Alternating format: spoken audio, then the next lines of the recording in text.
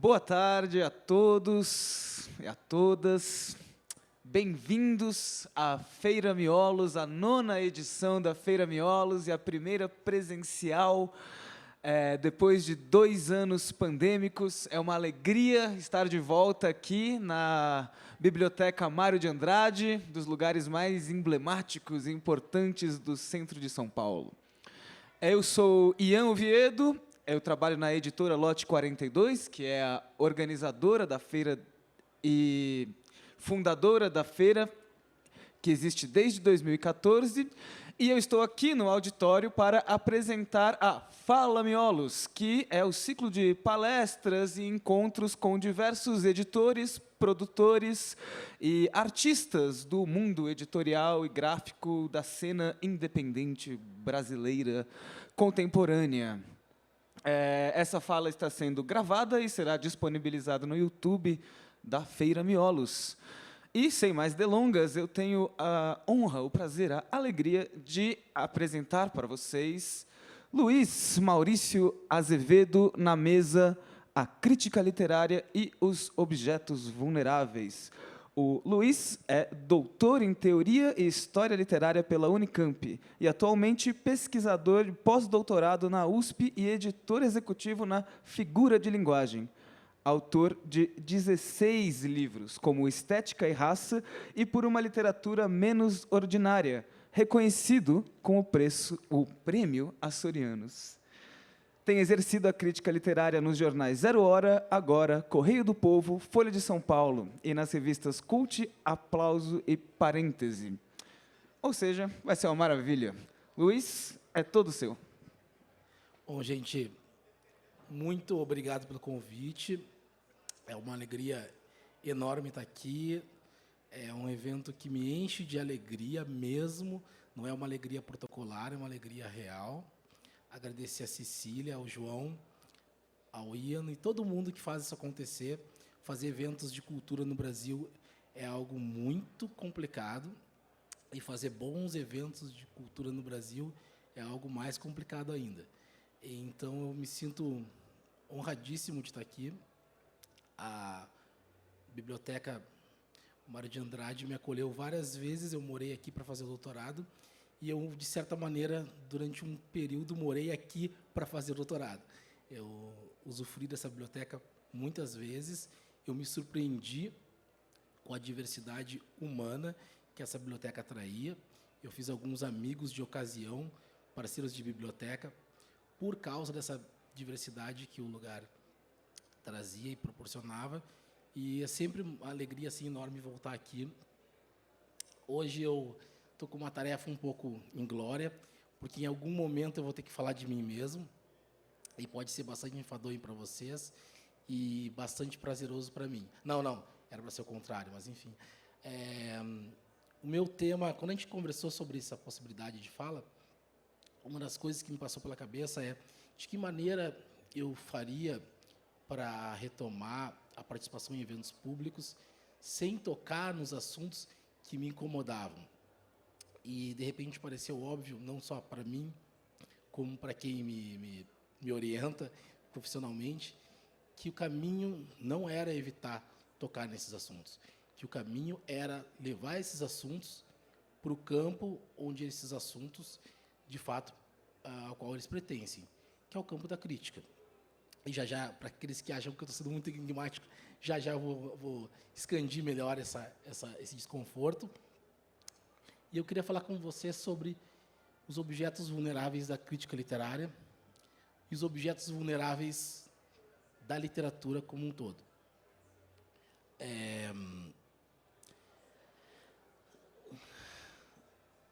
Uma das coisas que eu tenho visto nesses últimos anos é a perda do referencial do que é crítica literária.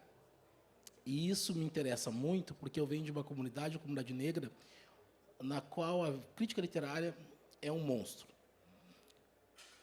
Críticos literários existem para impedir as pessoas de escrever. Essa é a ideia corrente na minha comunidade. Críticos literários existem para inventar dispositivos que impeçam os negros de escrever. E, por último, críticos literários existem para evitar que os negros possam ganhar prêmios literários. Essa é a perspectiva dominante na minha comunidade. E, é claro, assim como a professora falou agora brilhantemente antes de mim, isso é a perspectiva dominante. Existem vozes dissonantes e, felizmente, por causa delas, a gente foi sendo formado. Foi sendo, muita gente diz assim, pô, crítica literária, sendo negro, como assim? Isso é novo, isso é inovador. E aí eu digo, olha, gente, a gente vem de uma longa linhagem de críticos literários negros. Machado de Assis fazia crítica literária, Lima Barreto fazia crítica literária, e se querem alguns vivos, o Oswaldo Camargo faz crítica literária até hoje, Cuti faz crítica literária até hoje, Mirena Alves faz crítica literária, então não é alguma coisa nova, embora pareça e seja vendido quase como um dispositivo fetichista. Mas eu queria deixar bem claro do que eu estou falando aqui, e quando eu tenho em mente crítica literária, eu tenho em mente um serviço básico. Assim como quando eu vou assistir um filme no streaming e eu não consigo acompanhar toda a produção audiovisual, eu preciso me orientar. Aí eu vou lá recorrer aos críticos de cinema, ao Inácio Araújo, a Isabela Boscov, eles vão me dizer que filme eu tenho que ver e que filme eu posso ver, mas aí é minha conta e risco. Isso é um serviço. Não tem nada de grandioso nisso. É um serviço. Algumas pessoas dizem que esse serviço deveria deixar de existir. Podemos conversar um dia sobre isso. Mas, no momento, é um serviço muito necessário, do qual eu me orgulho muito. Eu faço a mesma coisa que em literatura que outros críticos fazem em cinema. Eu tento fazer com que as pessoas não percam seu tempo e seu escasso tempo, já que elas trabalham muito, já que elas vivem cada vez menos, já que elas têm uma qualidade de vida afetada por um mercado de trabalho que as oprime de forma monstruosa. E eu sei que o período delas é curto para a fruição, para o deleite, então eu tento oferecer um atalho. Que atalho é esse? Um atalho estranho, porque se por um lado eu digo quais livros elas devem ler, e isso eu acho que faz com que elas não percam tempo lendo porcaria.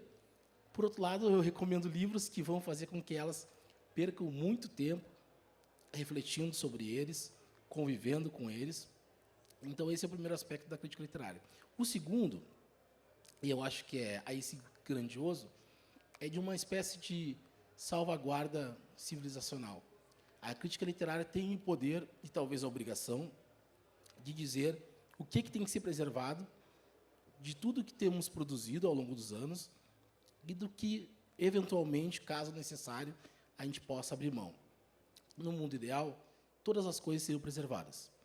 Mas, consideremos assim uma hecatombe, um Armagedon, nós temos que escolher que livros devem viver e que livros devem morrer. A crítica vai auxiliar nisso. Ela vai dizer quais livros têm mais valor e quais livros têm menos valor.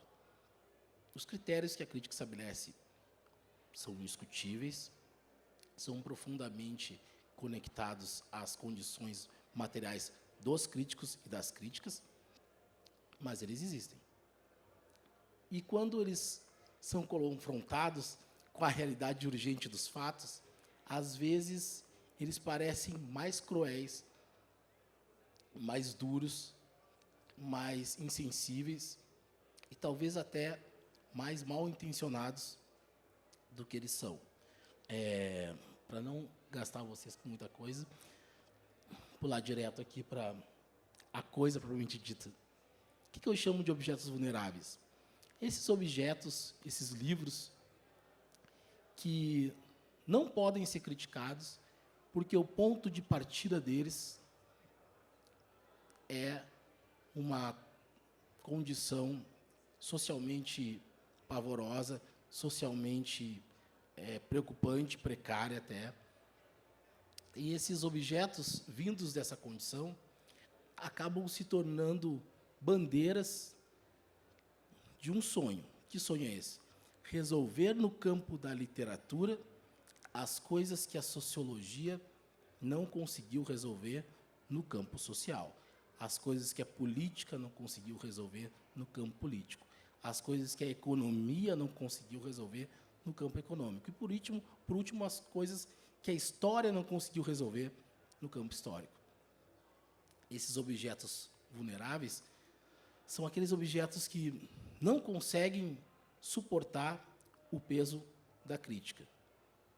Por que não conseguem suportar? Por uma razão pura, neutra e simples, terrivelmente simples.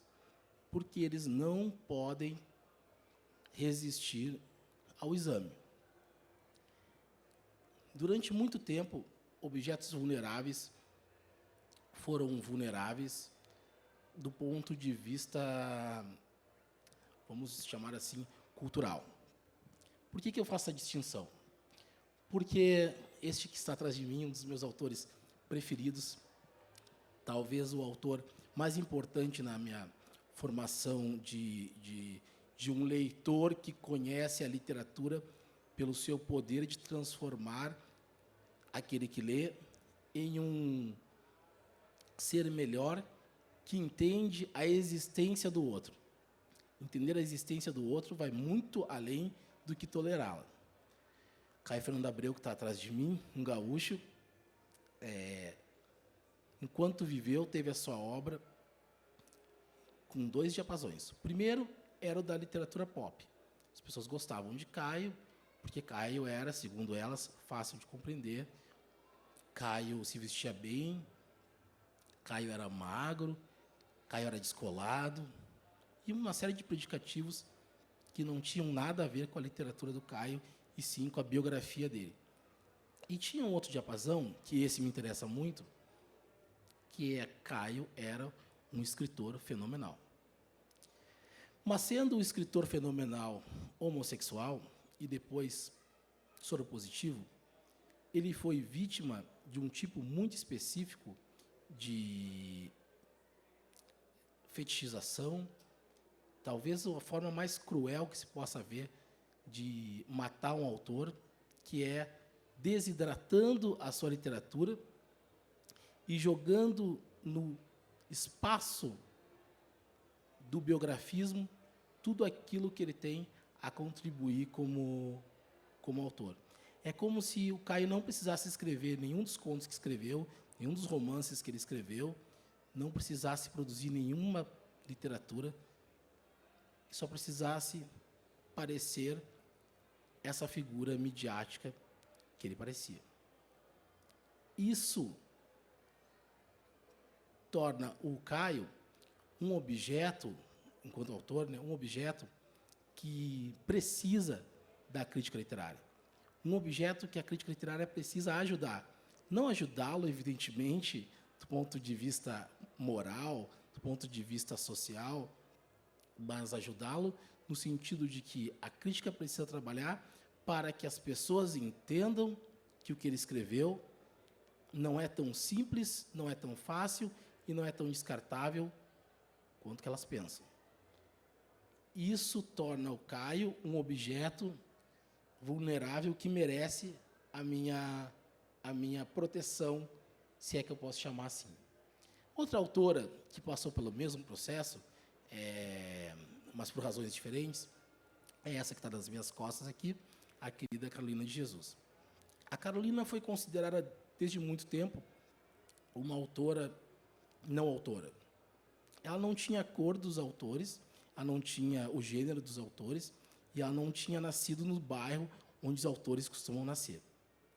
Então, ao redor dela se criou um processo de fetichização tão cruel quanto o do Caio, que determinou que ela era quase que um cometa, quase com uma aparição rara. E aí criou-se a história de que ela havia sido descoberta pelo jornalista Audálio Dantas, no meio do lixo, e o Audálio inventou essa autora, e essa autora merece ser lida, porque ela era uma catadora de papel, e considerando o processo o terrível processo de gentrificação e de urbanização desordenada do Brasil, lê-la seria uma maneira de fazer jus a isso. Nada mais errado. A Carolina não foi descoberta pelo Audálio da maneira como a gente gosta de circular por aí. O Audálio teve uma importância enorme na circulação da obra da Carolina e no reconhecimento dela. Isso não há dúvida nenhuma. Não há por que tergiversar sobre isso. Mas os autores não são descobertos como modelos num shopping center. A pessoa estava lá tomando Fanta, num fast food qualquer, chegou o headhunter da agência e disse: puxa, você é muito bonita, quer fazer umas fotos para o catálogo? Ah, pode ser, vamos lá. E, de repente, 3 meses depois, a moça estava em Tóquio, em Milão, em Nova York, no Fashion Week, etc. E tal. Na literatura não funciona assim. Eu desconfio que na moda também não funcione, mas como não é o meu lugar de fala, eu falo da literatura. Não é assim que funciona a literatura. A Carolina já era uma autora conhecida nos círculos de literatura e nos círculos negros. Ela procurava insistentemente colocar sua marca na história da literatura brasileira, infernizando a vida de editores de jornais, de jornalistas, de pessoas que tinham pequenas associações de bairro, pessoas que tinham pequenas publicações, e ela mandava os seus poemas. Carolina era uma autora antes da gente descobrir ela como autora, mas ela passa para a história da literatura como autora que foi descoberta por acidente e pela nossa benevolência. Ela, assim como Caio, é uma autora mal lida no Brasil, mal compreendida e que passa por um processo que hoje talvez seja mais fácil verificar, que é a nossa obsessão por salvar as pessoas no futuro. A gente diz assim: nossa, imagina quantos talentos, quantos Machados de Assis, quantas Carolinas de Jesus não tem na favela hoje, hein? Imagina só. E daqui a 40 anos, quando esses talentos todos tiverem sido perdidos, a gente faz uma exposição, a gente faz uma edição dos livros dessas pessoas, a gente faz uma grande homenagem a elas e diz: bom, ainda que tardiamente, estamos fazendo justiça. Nós somos obcecados por essas histórias. Assim como Caio, a Carolina não pôde ter em vida o processo digno de uma autora, que é ser lida pelo que escreve, ser medida pelo que escreve e ser criticada pelo que escreve. Não ser adulada pelo que poderia ter feito além da sua literatura. Olha, o sujeito nasceu nas piores condições materiais, podia estar matando, podia estar roubando, mas está aí fazendo um poema. Vamos dizer que o poema dele é bom. Isso é correto? É correto pegar a literatura e colocar a literatura a serviço de uma espécie de troca sociológica porca, que não resolve nem o problema de quem está na parte mais baixa da pirâmide e nem o problema da literatura? Claro que não é correto. E digo mais, talvez seja uma das formas mais perversas que a elite desse país criou, seja essa negação do direito de ser um escritor sofisticado, do direito de ser uma grande escritora sofisticada, a pessoas que são de minorias. Quando a gente descobriu que o nosso maior autor, o Machado de Assis, era negro, a gente primeiro tentou dizer que ele não escrevia bem. Vocês sabem dos embates na Academia Brasileira de Letras, os embates históricos que ele tinha com alguns pares. Eu acho que eu posso dizer o nome de alguns deles, porque estão devidamente esquecidos pela história e não vão se levantar nas contas de Twitter por aí, me ameaçando de morte. De toda sorte, essas pessoas tentaram convencer os pares, os contemporâneos, de que o Machado não escrevia bem. As pessoas eram críticos literários da época. Essas pessoas trabalharam sistematicamente para que Machado não fosse considerado um bom escritor. Quando finalmente esse jogo não pôde ser jogado mais, quando Machado era inegavelmente um grande escritor, começou-se a trabalhar pela redução de dano. ok, ele é um grande escritor, mas ele não é preto. Se eu não posso transformar Machado de Assis em um mau escritor, eu então tenho que transformá-lo em um escritor branco. Mesmo Machado de Assis, na sua grandeza, também necessita, ainda hoje, da crítica. Porque, de certa maneira, embora não tenha nada a ver com esses dois nomes, ele se transformou ao longo dos tempos em um objeto vulnerável. Agora é importante fazer um parênteses aqui. Existe um autor francês que eu gosto muito, já morto, morreu em 2007, se eu não me engano, chamado Jean Baudrillard, que vai aparecer depois no final da fala. E ele tem um conceito que tem uma chave dupla que eu acho muito interessante para a gente entender o que eu digo com objetos vulneráveis. É o conceito da simulação e do simulacro. Muitos de vocês, se não leram no original, no livro de 91, devem conhecer daquele filme Matrix, era trilogia, agora virou quadrilogia, enfim. E, embora o Baudrillard detestasse esse filme, disse que o filme não tinha nada a ver com as ideias dele, o filme serviu para que as pessoas, pelo menos, conhecessem de nome. Assim. E lá pelas tantas, nesse livro que teria dado ensejo ao primeiro filme, o Baudrillard defende que existe um processo através do qual as coisas simulam ser outras coisas que não podem estar lá. E nessa simulação, as pessoas se sentem mais acolhidas do que no seu formato original. Ou seja, uma coisa foi construída para uma finalidade. Essa finalidade não pode mais ser desempenhada. Em vez de substituir a coisa que não funciona, eu facilmente mudo o formato daquilo que funciona. Pensem num futebol assim. Eu sou colorado, torço para o Inter. O Inter possivelmente vai ser vice-campeão do Brasileirão, que não é nem de longe o que um torcedor sonha. Então a gente podia mudar as coisas. A gente podia dizer assim, na verdade o critério para ser campeão do Brasileiro não é quem venceu mais jogos. O critério para ser campeão do Brasileiro é qual time tem uniforme vermelho e branco. Isso é simular. Isso cria um simulacro, que é o produto, o resultado dessa estratégia. Por que eu faço isso? Porque, em algum nível, eu não posso reconhecer que a operação que eu anunciei vai ser concluída. Que operação é essa? No caso da literatura, eu disse que alguém tinha talento e esse alguém não tem talento. A opção 1 é dizer, eu me enganei, me desculpe, foi um erro meu. A opção 2 é dizer, nossa, que interessante, esse alguém que nós achávamos que tinha talento não tem, e isso faz parte do jogo da cultura. E esse autor, essa autora, esse fenômeno literário vai continuar existindo independentemente do nosso grau de simpatia em relação a ele. E há uma terceira possibilidade. Eu posso simplesmente sabotar todos os elementos que produzem o julgamento que me é desconfortável.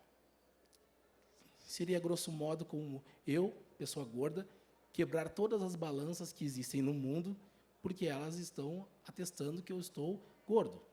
Rasgar todos os meus hemogramas, porque parece que o colesterol está meio alto. Brigar com todos os médicos, porque parece que eles estão dizendo coisas com as quais eu não concordo. A gente viu isso acontecer no Brasil recentemente. Está terminando, mas a gente viu. A gente viu uma pandemia onde as pessoas negavam a solução científica. E elas negavam a solução científica por uma razão muito óbvia, muito clara. Porque elas detestam a razão científica. Isso escoou para todos os campos da nossa sociedade. Escoou para a literatura também.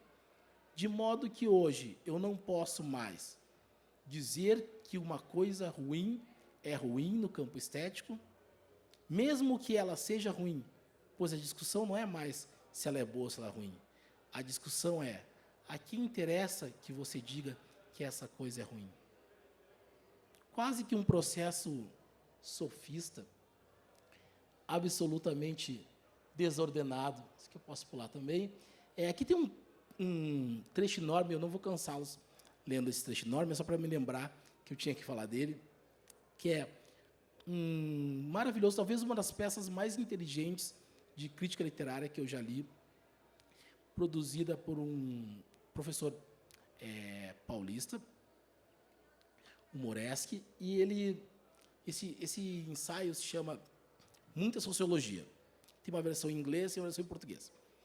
E, basicamente, ele defende que, nos últimos tempos, nós ficamos obcecados em fazer sociologia dentro da literatura. De modo que nós sacrificamos todos os instrumentos que eram estéticos por instrumentos que eram científicos. Mas eles não eram científicos porque, afinal de contas, nós não somos sociólogos. Nós não dominamos nada do campo da sociologia. Nós somos teóricos literários, críticos literários, autores, gente da cultura. Mas a gente ficou tão fascinado com a ideia de medir as coisas, de ter uma garantia, que a gente começou por aí a substituir a ideia de que os textos literários existiam por razões literárias e subiu a octanagem da ideia de que, se a matéria-prima da literatura é a vida social, portanto, literatura é igual à vida social.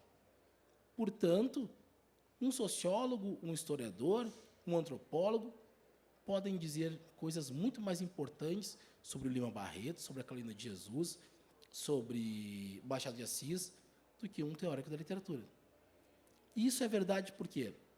Simplesmente porque Carolina de Jesus, Machado de Assis, Lima Barreto não são considerados escritores. São considerados personalidades que tinham a literatura como arma contra as mazelas da sociedade. Isso, dito assim em sala de aula, parece bem interessante, até que legal. Os negros têm a literatura para se defender das coisas que acontecem a eles. Mas, do ponto de vista do acordo cultural, é um desastre. Por que só os negros vão ter a literatura como arma para se defender do que acontece a eles? Porque talvez a coisa mais difícil de reconhecer é que os negros, pelo menos no Brasil, têm representantes da mais alta categoria estética. Não é assustador dizer os negros escrevem. Isso é bastante razoável para a elite racista. Não é assustador dizer Caio Fernando Abreu escreve. Isso é bastante razoável para uma elite homofóbica. Não é assustador, estarrecedor dizer Carolina de Jesus é uma boa escritora para uma elite misógina. O que é estarrecedor? É o fato de que essas criaturas vindas do lixo, vindas do nada, do vazio mais profundo, do lugar de menor prestígio, do lugar em que a elite jamais colocaria os pés, jamais aceitaria respirar uns 30 segundos daquele ar. E é desses lugares que saíram os melhores autores do Brasil, as melhores escritoras do país. Para que eu não reconheça isso, eu saboto os elementos que me levam a concluir o inevitável. O que é o inevitável? Que existe uma boa literatura, que existe uma má literatura, e que isso independe da quantidade de horas escolares frequentadas, independe de poder comer batata frita na Vila Madalena ou não, independe de tomar cerveja irlandesa ou artesanal com os amigos, fazer uma boa oficina literária, frequentar uma boa universidade, ter nascido homem, ter nascido branco, ter nascido heterossexual, ter nascido magro, todas essas categorias que importam tanto na vida social da gente, pelas quais nós somos tão avaliados e mal avaliados, se não somos esse padrão. Na literatura, tudo isso se perde. Na literatura, uma pessoa desprezível fisicamente pode ser a mais importante para um conjunto, um sem número de pessoas que a desprezam socialmente. Vou dar um exemplo.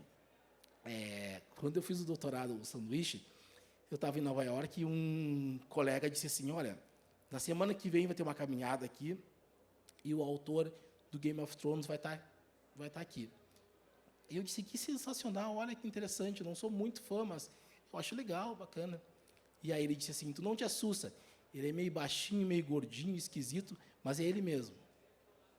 Parecia que ele estava me descrevendo, mas ele estava me alertando, ó, não te assusta, porque apesar de ser essa figura física que não me agrada, ele falando, ele é sim o autor que eu amo. Havia um profundo desconforto na fala dele. Esse autor que fazia ele sonhar, que fazia ele viajar para outros mundos, que melhorava a vida social, prática, cotidiana, mesquinha que todos nós temos, esse autor tinha que ser melhorzinho. Imagina se esse autor fosse mais bonitinho, mais magrinho. Imagina se esse autor fosse um modelo. O que falta para os autores serem fisicamente e socialmente melhores? Eles serem fisicamente e socialmente melhores. Na impossibilidade de fazer isso, nós fizemos o que fizeram com Machado. Vamos alterar as bases do que nós estamos assistindo. Se Carolina de Jesus, pena que não está mais aqui, não é a autora que eu aceito como tal, eu posso trocar os autores e manter os rótulos. Eu posso pegar uma autora fisicamente muito aceitável, branca, com padrão de beleza óbvio, e aí só vai me faltar, para ela ser uma grande autora, eu convencer as pessoas de que ela é uma grande autora. E quem é que pode fazer isso? Quem é que pode convencer as pessoas de que ela é uma grande autora? Os críticos, as críticas.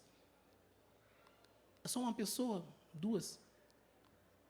E a gente vai até os críticos e as críticas dizem assim, olha, seu crítico, sua crítica, por favor, faça um favor para mim. Eu preciso que essa pessoa que não sabe escrever seja tão insensada e tão importante quanto Jane Austen. E o crítico olha e diz assim, impossível. E a pessoa que fez a proposta diz, mas disso dependem milhares de empregos. Uma indústria inteira depende disso. E o crítico e a crítica, na sua cadeira desconfortável, pensam, mas não é possível que eu tenha que rifar a única coisa que eu encontrei no mundo como sendo impossível de vender. E quando isso acontece, é o crítico ou a crítica que se tornam objetos vulneráveis. São eles que são atacados. O Moreschi aqui, ele vai fazer uma acusação muito forte e ele vai dizer no final assim que tudo que a gente tem discutido sobre cultura não resolveu o problema básico da cultura, que é a cultura deveria servir para que a gente se liberte das opressões que a gente tem sofrido e não para que a gente se apaixone pelo ato de falar insistentemente dessas dificuldades. Tal qual um sujeito que vai no psicanalista durante muito tempo, e lá pelas tantas ele percebe que não há mais nada a ser descoberto. Mas com medo que o psicanalista descubra isso, ele começa a inventar narrativas que possam ser atraentes para o psicanalista, para que o psicanalista não corte esse cordão umbilical e que ele estenda a situação da análise ad infinito. Seria mais honesto ele dizer isso para o psicanalista, e o psicanalista ia dizer, olha, só isso, só o postulado disso já é suficiente para que você continue na terapia. Mas isso demandaria uma honestidade muito grande, um desnudar-se do seu eu, que esse sujeito não está pronto a fazer. Talvez nem possa fazer. Então ele não faz. Então ele procura desfazer os elementos que o levaram até lá. Esse aqui é o Moreschi, só para vocês lembrarem. Eu não vou fazer nenhum apagamento aqui. Atrás de mim tem um fragmento da professora Leila Perrone. É muito importante que se entenda que, embora o crítico literário tenha afetos, paixões, inimizades. O crítico literário não pode, e se ele for honesto, ele não vai, antecipar o gosto, o juízo, o critério, escravizando a sua crítica por conta de gosto, juízo e critério. É muito mais complexo que isso. Eu trouxe a fala da professora Lila Perrone, e que ela faz um apanhado das coisas naquele momento, e ela faz um diagnóstico. O diagnóstico é de que, dado o estado de coisas terríveis que nós estamos passando na literatura, dada a pasteurização, dada a baixa qualidade das obras, a invasão da literatura de mercado, o bom escritor deve esperar, procurar um projeto que interesse e esperar a maré passar. Porque o tempo vai dar a ele a razão e o reconhecimento necessário, se assim for o justo. Essa ideia do tempo é interessante porque o tempo, de um lado, ele trabalha a favor do crítico, do outro ele trabalha contra.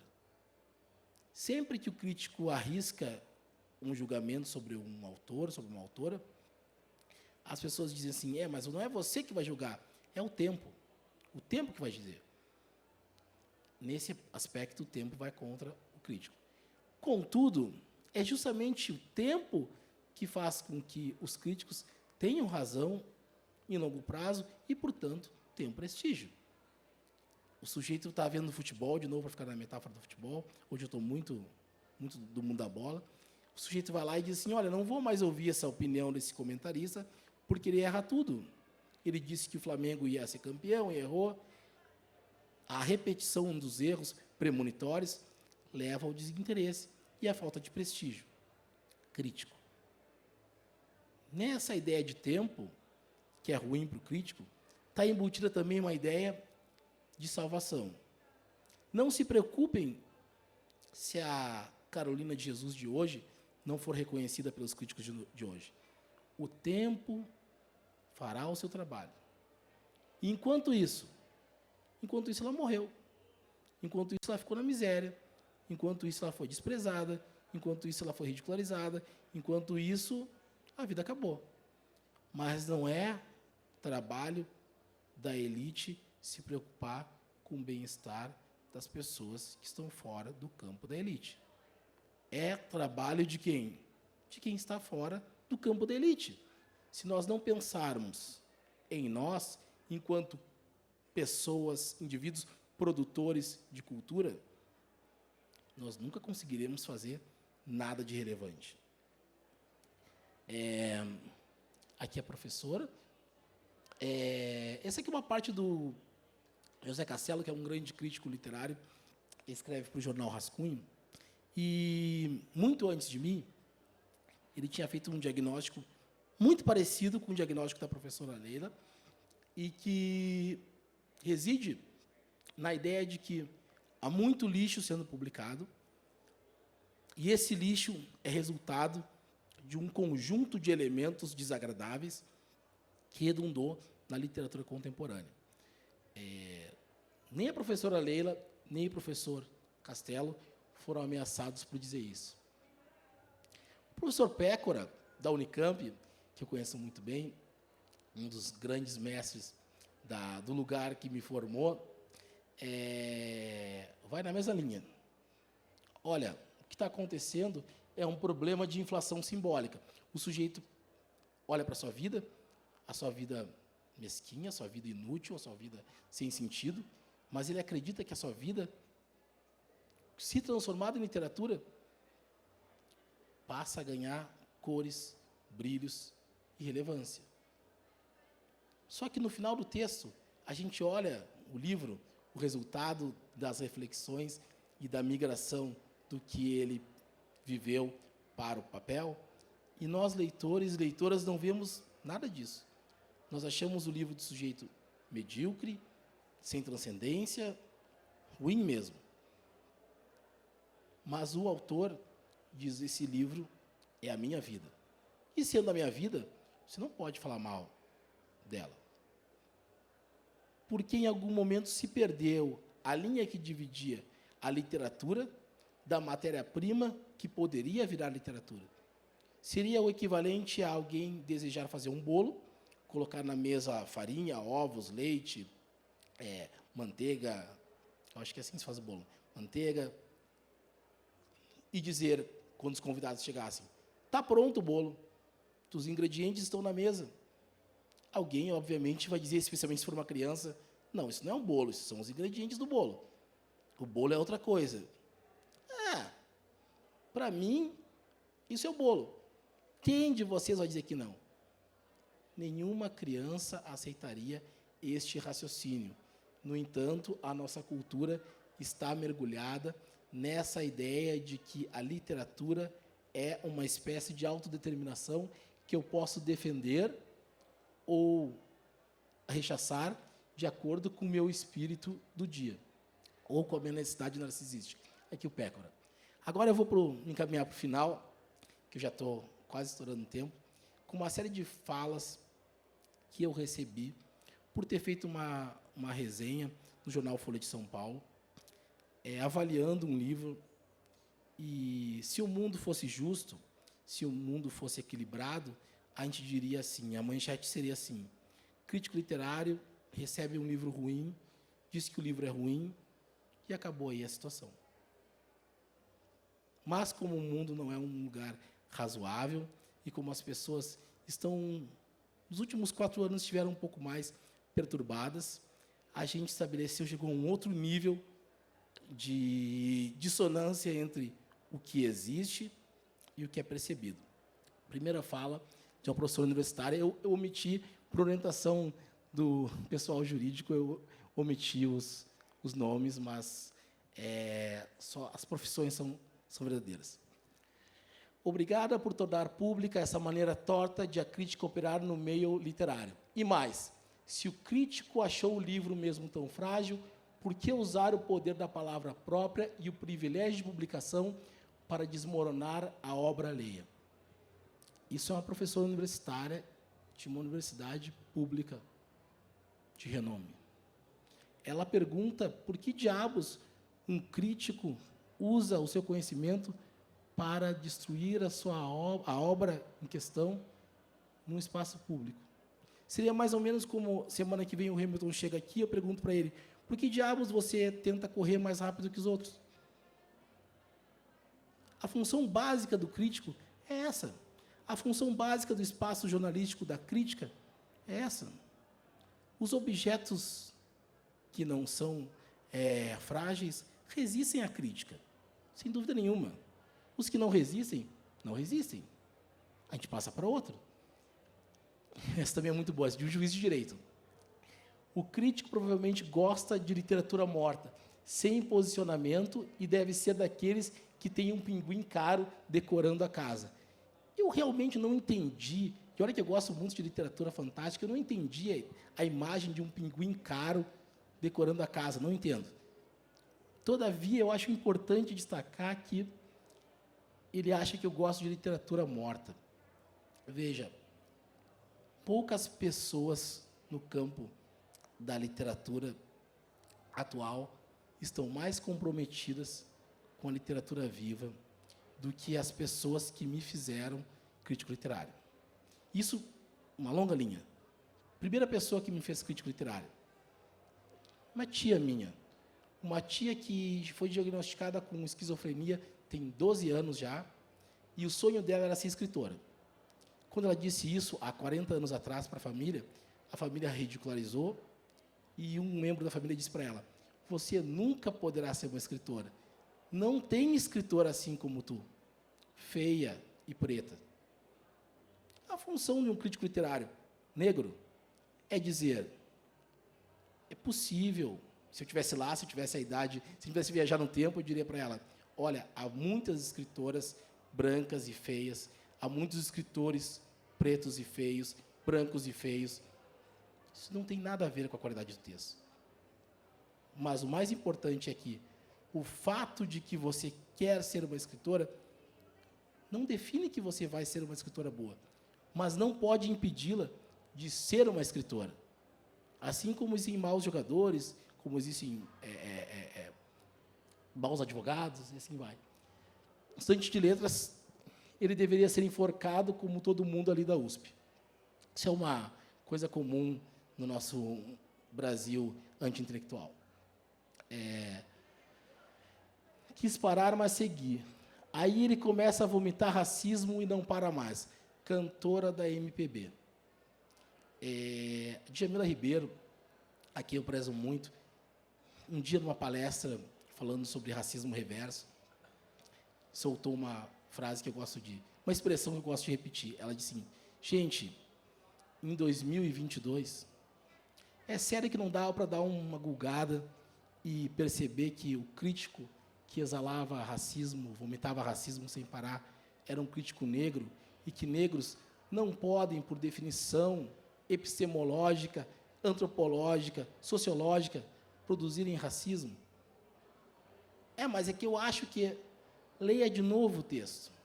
Em algum momento da crítica que eu fiz ao autor negro, existia o problema dele escrever mal porque era negro? Era o contrário. Eu só estava pegando pesado com ele pelo fato de que a literatura negra é a que mais sofre com a presunção de desvalor. O que eu tenho que suar na universidade para convencer os meus pares de que a Toni Morrison é uma grande autora, vocês não têm noção. O que eu tenho que suar para convencer que Conceição Evaristo é uma grande escritora, vocês não têm noção. Mas há limite para isso. Qual o limite? Se eu coloco em risco a minha reputação crítica, dizendo que algo que parece ruim para eles é, na verdade, bom, eu tenho que usar a mesma régua para medir tudo. E se essa régua determinar que esse autor é ruim, esse autor vai ser ruim e eu vou ter que dizer. Eu acho que essa aqui é a última, né? O objetivo desse cara parece ser destruir o sonho dos outros. Não sei porque ele quer condenar toda pessoa negra a ser porteiro.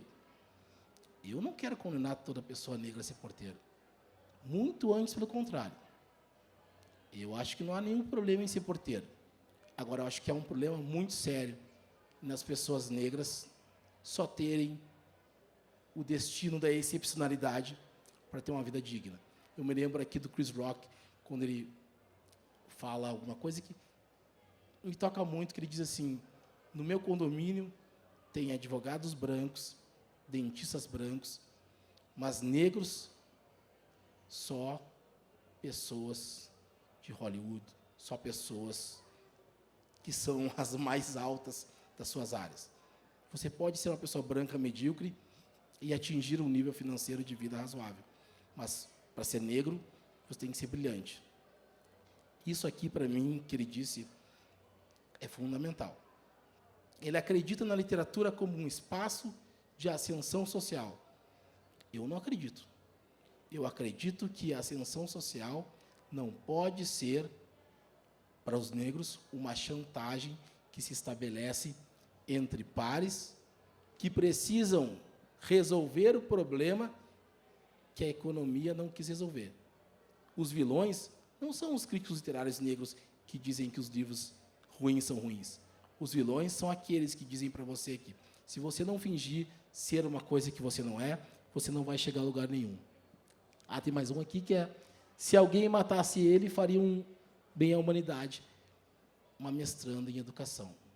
Trouxe essas falas todas aqui para vocês lembrarem comigo que existem dois mundos, pelo menos. Um mundo em que as pessoas não gostam de literatura e, portanto, são dispostas a deixar a literatura a serviço, a reboque de qualquer coisa, e um mundo onde as pessoas amam a literatura.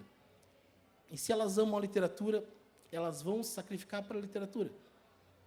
Mas, se isso for verdade, e às vezes isso é verdade, né? Às vezes quem ama a literatura, de fato ama a literatura, essas pessoas estarão dispostas a melhorar o mundo que gera e que abriga os objetos literários. Porque um mundo melhor, um mundo concreto melhor, é um mundo melhor para tudo, inclusive para a literatura. Muito obrigado, gente. Já estourei o tempo.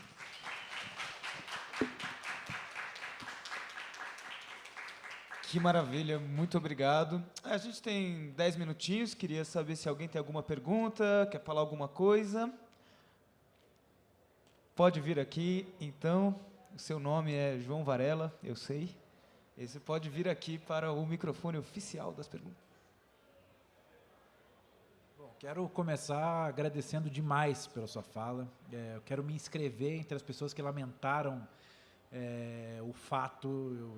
Eu era leitor seu no jornal, no referido jornal, e, enfim, eu acho que foi tudo trágico. E ver essas falas é de dilacerar. Eu quero te parabenizar por ter resistido e por ter enfrentado isso tudo. O que ficou passando pela minha cabeça enquanto te ouvia, Luiz, era me parece que a crítica brasileira literária hoje ela está num ponto de irrelevância. Ela já não move mais, ela não mexe mais, nem em termos de mercado, A crítica literária não... Você vê os livros que são analisados e vê a lista dos mais vendidos, é uma separação muito grande.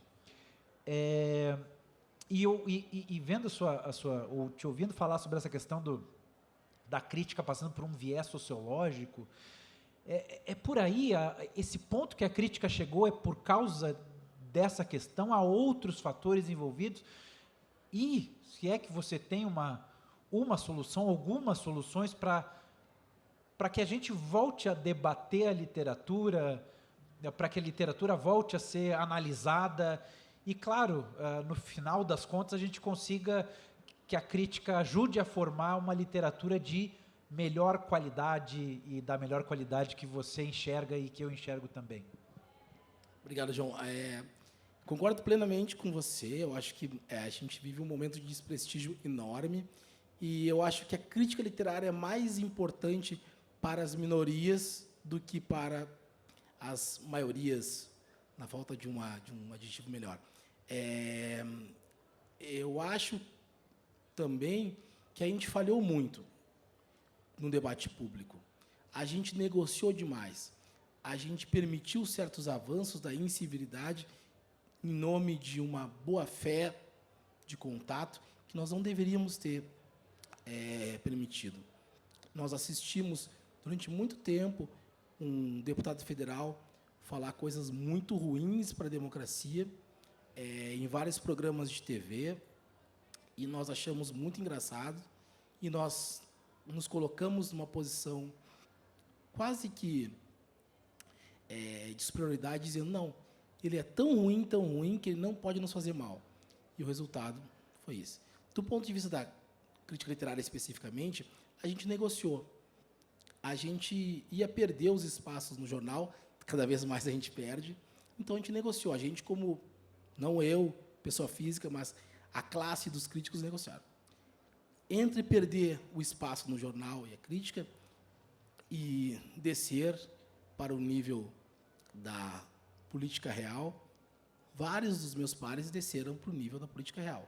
Então, assim, se eu tenho que elogiar um texto no jornal, um livro no jornal, esse livro é ruim, mas ele é importante para o mercado editorial e para a manutenção das coisas, as pessoas fazem. E isso foi um erro. Elas não fizeram de má fé, mas elas fizeram. Elas aplaudiram livros ruins, quase que numa estratégia comercial, assim. São os livros ruins que vendem, que sustentam os livros bons que não vendem. Só que, de repente, como todo mundo sabe, quando você conversa com acionistas e você diz para eles, olha, aqui a gente fatura 30, mas a gente poderia faturar 90. Se houvesse sacrifício de algumas coisas. Eles já não estão ouvindo mais vocês. Eles pararam na ideia de dá para faturar 90, onde se fatura 30. Então vamos faturar 90. E aí você tem o subemprego, aí você tem a terceirização, trabalhadores trabalhando o triplo do que poderiam. Aí você tem os textos que falam bem de obras que não são boas, quase com um objetivo assim, tá, não são boas, mas melhor do que fazer a editora fechar.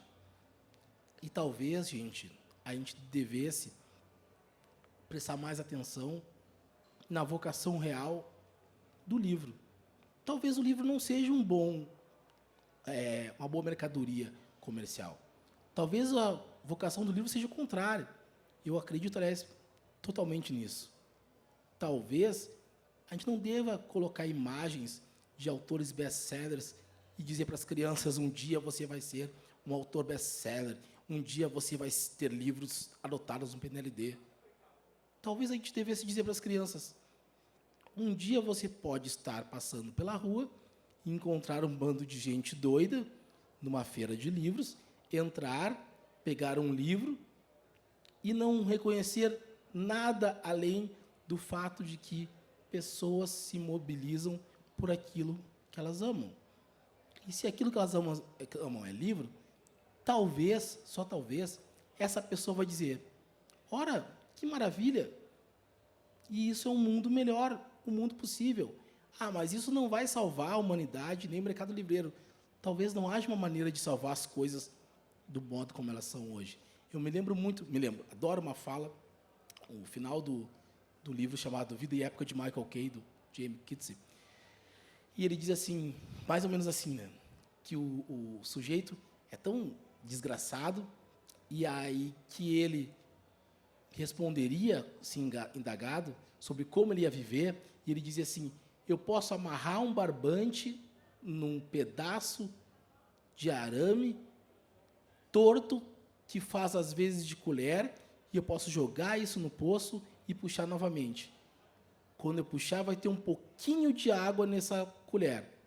E desse jeito, ele diria, desse jeito dá para viver. E eu acho que essa imagem diz tudo o que eu penso sobre isso. Eu acho que a gente devia pensar em ser menores como mercado editorial. Cada vez menos mercado e cada vez mais editorial. Eu acho que é por aí.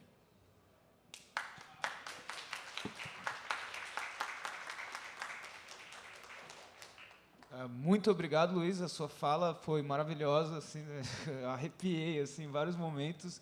Obrigado mesmo. Agora, aproveite a feira aí, curta bastante, que daqui a pouco, agora, na verdade, às 5 horas, nós temos publicação artesanal, Ruinologia e o Interminável Fim do Livro, com Marina Mouros. Até já já.